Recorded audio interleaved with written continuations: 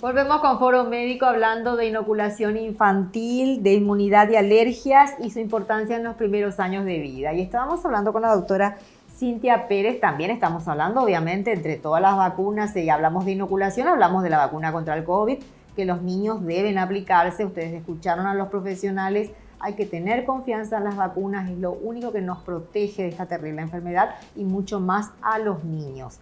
Vamos ahora a enfocar el tema de alergias. ¿Hay como una confusión entre el COVID y la alergia o que de repente la alergia quiere solapar al COVID, por decirlo así, ¿no? Porque cuadros alérgicos hay muchos y los síntomas son hasta parecidos, doctora. Bueno, realmente hay síntomas que son parecidos y muchas veces si no tenemos un estudio quizás no vamos a poder decir esto es lo otro, ¿verdad? Realmente los cuadros de COVID dan los síntomas nasales también la tos. Ambas cosas podemos ver en los cuadros de rinitis alérgica y en los cuadros de asma. El COVID se diferencia muchas veces que también da fiebre, inclusive la fiebre alta, da una postración, un cansancio, ¿verdad? Entonces sí, muchas veces se pueden confundir cuando los síntomas son leves, porque como todos sabemos el COVID puede ser desde asintomático hasta una forma leve, moderada o grave. Pero por supuesto, ahí otra vez nosotros tenemos que pensar dónde estuvimos. Quizás de repente alguien nos cuenta que una persona con la que compartimos un almuerzo o estuvimos cerca un cierto tiempo o un familiar estuvo con COVID. Entonces ahí, por más de que seamos pacientes alérgicos, vamos a tener que tener la idea de que quizás sea COVID y tenemos que hacer el diagnóstico oportuno. Y mucho más en estos días, en estos meses donde la atmósfera está tan densa, tan pesada, el ambiente tan poluido, tantos incendios. Es como que los alérgicos sufren horrores, doctora. Y vos sabés que justamente eso ahí está el secreto del paciente alérgico, ¿verdad? El paciente alérgico quizás va a tener empeoramientos con ciertas condiciones, pero si viene con un tratamiento de base, ¿verdad? Un plan de acción para los síntomas que tiene, o un tratamiento preventivo de los síntomas alérgicos. Entonces, cuando vienen los cambios climáticos, cuando hay infecciones, inclusive el COVID, no van a pasar tan mal esa alergia, ¿verdad? Pero sin embargo, si es un paciente alérgico que no hace un tratamiento, que ya viene con los síntomas normales, porque así dice la gente, vivo con mis síntomas de alergia. Entonces ahí con una infección, con un ambiente poluido, la quemazón van a empeorar notablemente. Entonces siempre el secreto del alérgico está en la prevención y el tratamiento antes de estar muy mal. Sí, incluso hay gente alérgica que me he enterado hace muy poco que no tienen olfato, que prácticamente no huelen a consecuencia de una rinitis recurrente. Porque la rinitis recurrente tiene comorbilidades, tiene complicaciones, ¿verdad? El que tiene rinitis puede ser estornudo, congestión solamente a la mañana, pero con el tiempo eso va desarrollando trastornos respiratorios que inclusive pueden llegar a las apneas del sueño, ¿verdad? Entonces, es un trastorno que produce déficit en la vida laboral, en la vida escolar. Es algo mucho más profundo. Nosotros vemos a veces la punta del iceberg nomás, pero hay complicaciones que son todas repercusiones de algo primario que no se trató, que es la rinitis alérgica.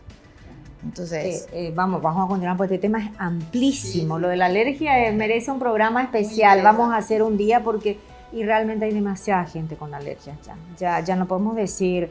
Yo hasta me atrevería a decir de que más del 50% ya es alérgico. Entonces esto ha cambiado muchísimo y tiene mucho que ver con el ambiente, con el ecosistema que está tan degradado, tan destruido, la polución.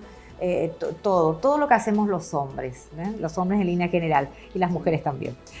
Bueno, doctor, las vacunas del COVID, volviendo a las vacunas, si pudiéramos decirle a los padres cuáles serían los efectos colaterales que se ha visto en la literatura o en otros países donde ya se ha aplicado a niños, ¿cuáles serían? Sí, los efectos colaterales son normalmente los leves, el gran porcentaje son leves, de ahí a que son prácticamente independiente de la plataforma en el sentido de que muchas dan dolor al sitio de inyección, muchos describen eso, describen incluso fiebre, describen incluso postración, o sea, como que se sienten mal después de unos días, y esto normalmente dura 2 o 3 días.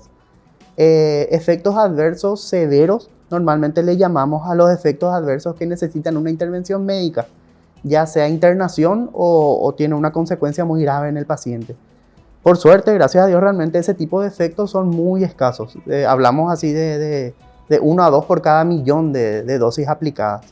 Y hay que recordar que en el mundo ya se aplicaron más de 7.000 millones de dosis.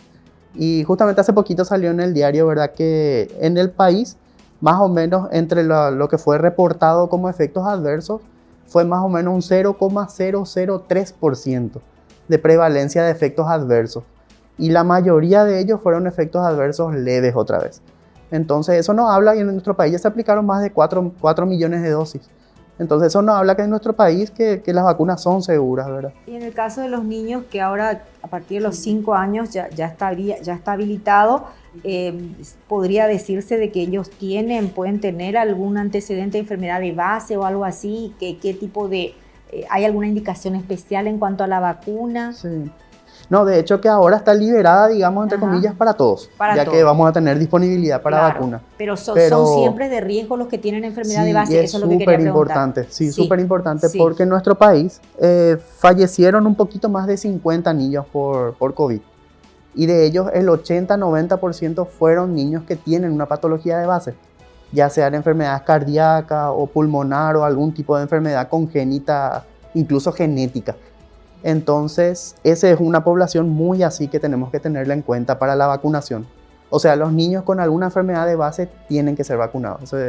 Estamos convencidos de eso realmente, ¿verdad? Y que, si bien los otros, por supuesto que sí, pero los que tienen enfermedad de base son los que probablemente puedan hacer una enfermedad severa. Entonces, ellos tienen que ser protegidos. No hay contraindicación en ese sentido. O sea, no por tener una enfermedad de base no me puedo, al contrario. Teniendo una enfermedad de base, con más razón tengo que vacunarme. Eso es lo que hay que de repente decir. ¿Hay una franja etaria infantil más proclive, digamos, a contagiarse?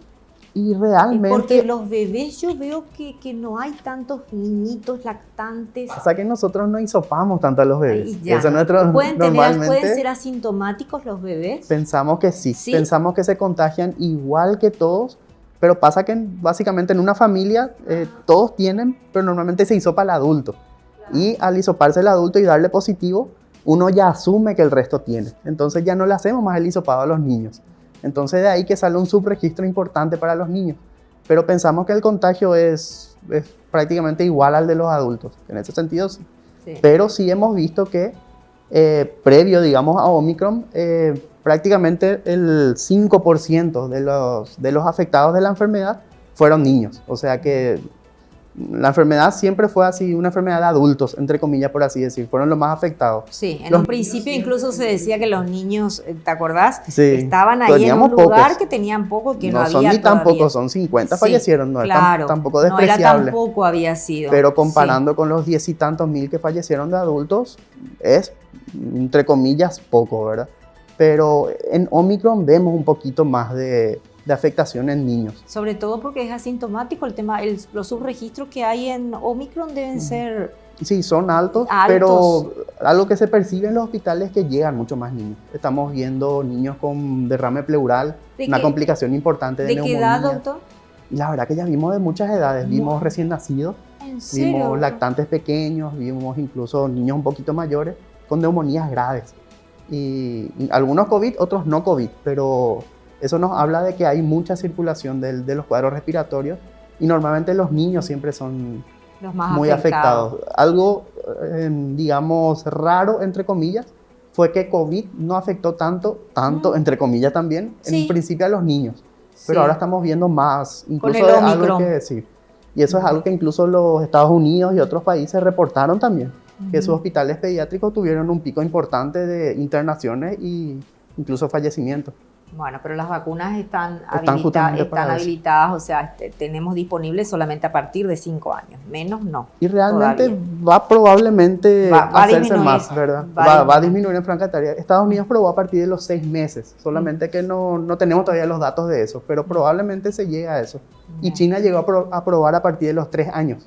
Entonces probablemente se baje la franja, pero ahora básicamente es proteger a la población escolar, sobre todo ahora mismo. Entonces por eso Por eso ese rango etario. Ya. No sé si me marcaron la pausa, me pareció ver si me marcaron la pausa. Vamos a ir a un corte, lo vamos a volver, digo bien, y vamos a hablar también un poquito de los tratamientos existentes para las personas alérgicas. Eso también es muy importante porque muchas veces se dice la alergia no se cura, ¿sí? Pero se trata y se puede tener calidad de vida. No, bueno, de eso vamos a hablar, lo de la pausa. Vamos al corte y volvemos enseguida.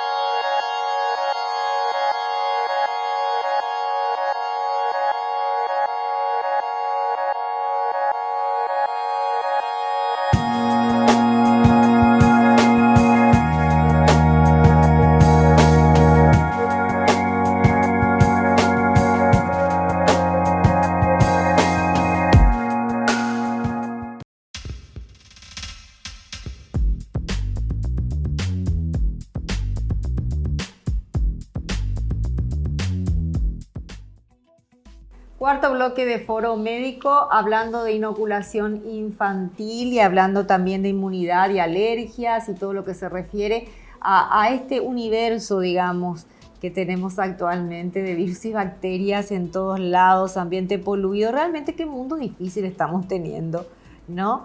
Para nosotros y para los niños que tienen que transitar en un mundo tan complicado, ¿sí? Donde creo que los adultos tenemos la gran responsabilidad de asumir el compromiso de darles mejor calidad de vida y de utilizar todas las herramientas que estén a nuestro alcance para darles salud.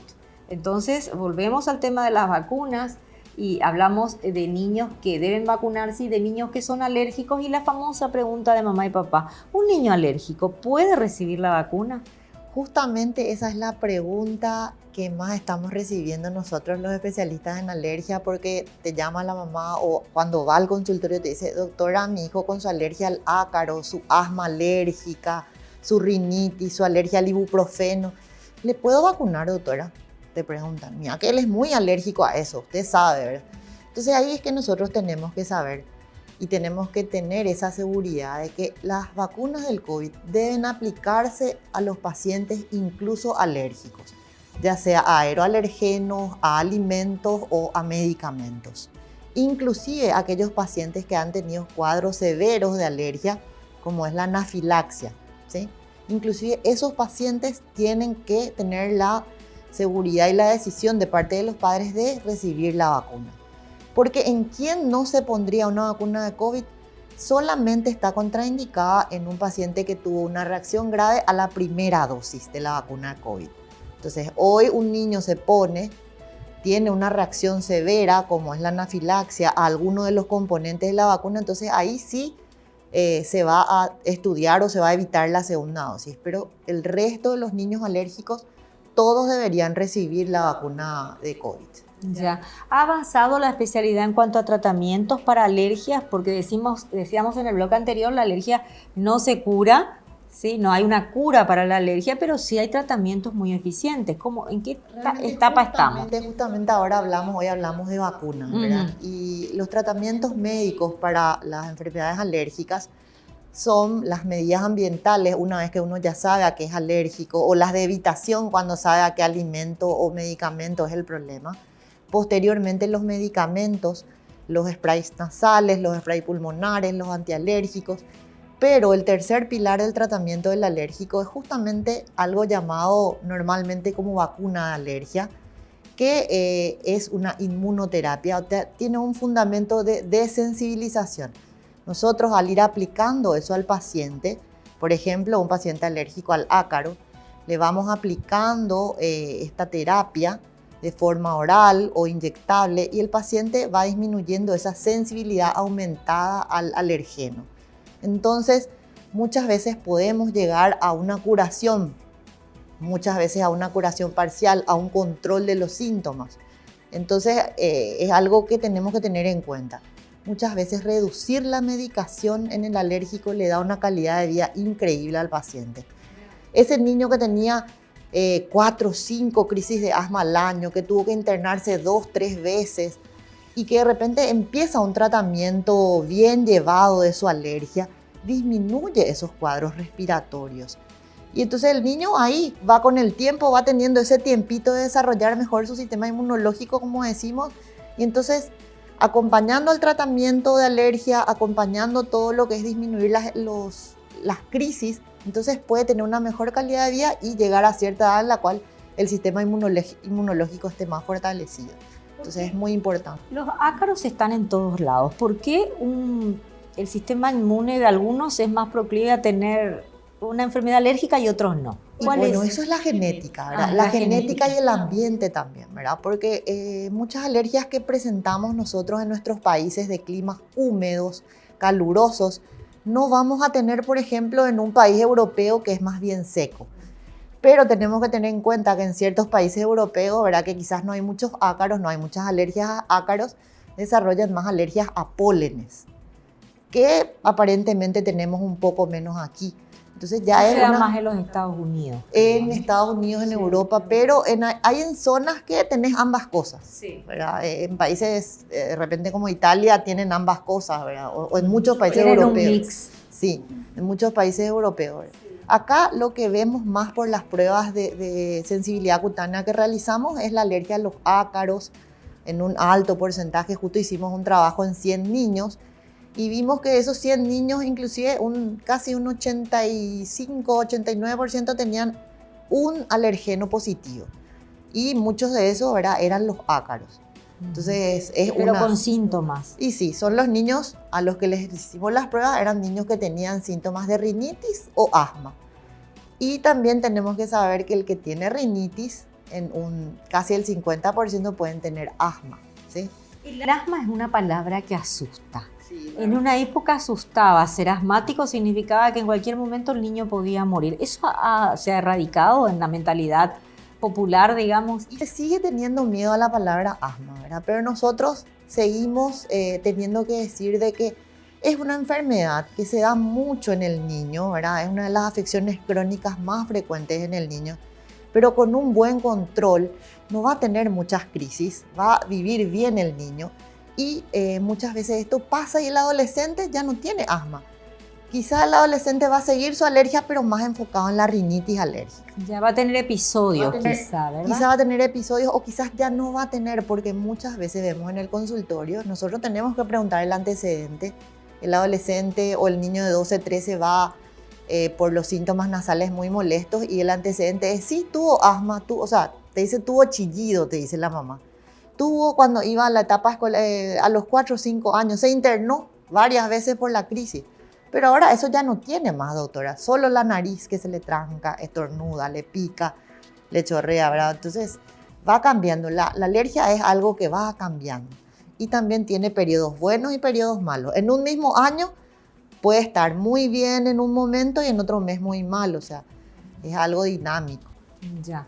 Y hablando de algo dinámico, esta pandemia, doctor, usted que es infectólogo, ¿cuán dinámica? ¿Hasta cuándo usted cree que va a seguir esto? Si usted me responde, está en el... No ojalá pudiera. La verdad que es imposible decir cuándo, ¿verdad? Cierto, hay muchas conjeturas, así como creo que dijo la doctora también, ¿verdad? Que esta variante Omicron, que es la más contagiosa de todas. Sí, es la más contagiosa. Se lleva a la posta ella, ¿no? Así mismo. Pero gracias a Dios, entre comillas, ¿verdad? En el sentido de que tiene más predilección para la parte de vías aéreas superiores. Eso es que hay menos internación también. Sí, así es. Igual no hay que descartar de que puede hacer cuadros pulmonares severos. Claro que sí, puede. No está descartado. Sí, hay que estar muy atentos. Pero viendo con otras variantes, sí tiene mucha más predilección por la parte de vías aéreas superiores. Entonces, expertos internacionales, virólogos, epidemiólogos de otros países, ¿verdad? Vaticinan, piensan, conjeturan de que puede ser el puntapié inicial del fin de la pandemia, porque el virus, digamos que se adapta más al cuerpo humano. Mientras más el virus se adapte a contagiarnos mucho, pero sin matarnos, entre comillas, el virus va a ser más efectivo para quedarse con nosotros.